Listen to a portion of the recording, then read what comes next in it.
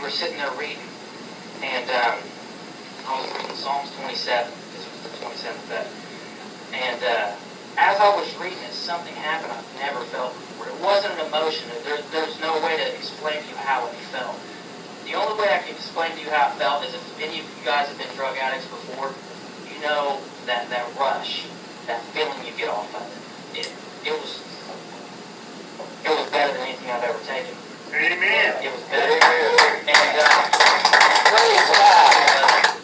After I read the last verse, it said, "Wait on the Lord, be of good courage and have hope." Wait on the Lord. Right after I said that, I have no reason to lie to anybody.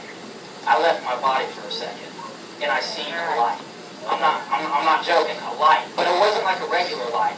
This light was like alive, and there was so much power coming off of it, radiating off of it. Amen.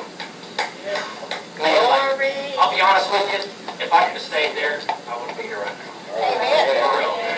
It's just, and it changed my life. After I seen that and I felt it, there were so many different colors that were in it. It was just so vivid. And I didn't feel right standing in front of it because it was so powerful. And when I came back to, I hopped off the bunk and I said, Vance. I said, something just happened to me. I don't know what happened. And after I stood in the presence of the glory of God, after I stood there, when I came back, I didn't feel right in this body.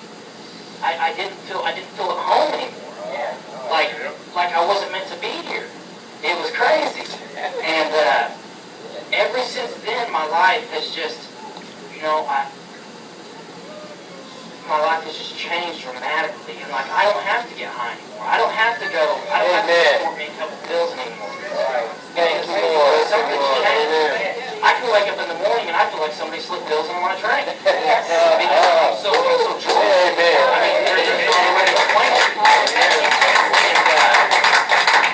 Something the next day, after I seen this, I was really struggling with something. There were some people in the block that really bothered me because they're trying to call me a Jesus freak and stuff now.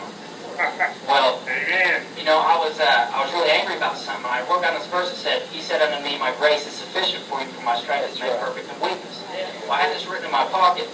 Well, I was up in my cell room, and I read it. I said, "God," I said, "I know you showed me a vision of your glory, whatever that was yesterday, but I'm begging you, please help me get through this."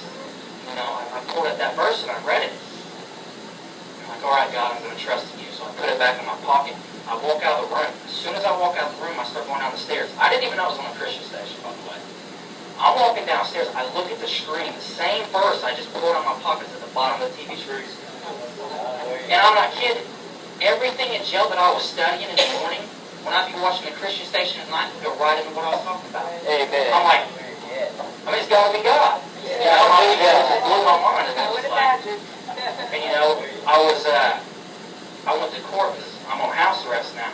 And I went to court and stuff, and the judge at first he wasn't too happy with me when I get on house arrest because he said, "You violated drug court.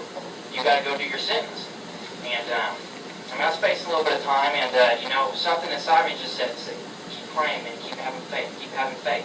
And when I went back to court the next week, everybody was in agreement with it. The judge, just wrote it off like it was nothing. Amen. And it blew my mind, and it's just, God is so powerful. It's a God thing. God can change my life. Amen. If He can change my life, I've had every thought underneath the sun come in my mind. I'm not kidding. And that's what you gotta use the Word of God to fight those thoughts. Yes. Amen. And God is just, man, He's so powerful. He really is. I'm just so thankful. I really am. I never thought I could change. I really didn't. I never thought. I never thought that Jesus was the way. For real, I really didn't. I thought it was just some kind of, just a bunch of idiots. I'm serious. That's what I thought. And then everything it was like right after I had that vision, everything changed instantly. And it was like, I've always felt my entire life, I'd be getting around high with my friends, I look at them, I say, "You guys ever felt like you're meant to do something with your life? You just don't know what it is? Something great, something, I don't know, I didn't know it was for God, but I felt like I was meant to do something, and it's kind of like, now I know. The devil was trying to get us for the longest time with anything like that. And, I mean, God saved me from death several times. A couple of weeks before I went to jail, I was taking methadone, and I mixed it with some other pills, and I went unconscious for a little bit. Nobody was in the room, and I remember waking up. I don't know how long I was out, but I remember waking up to me catching my breath, like I hadn't been breathing for a while. And I didn't understand it at that time until, I can look back and I just like, wow, God was working so many times in my life. I should be standing here. I should have had a heart attack several times from mixing uppers and downers. And, it just blows my mind how powerful Jesus is. I mean,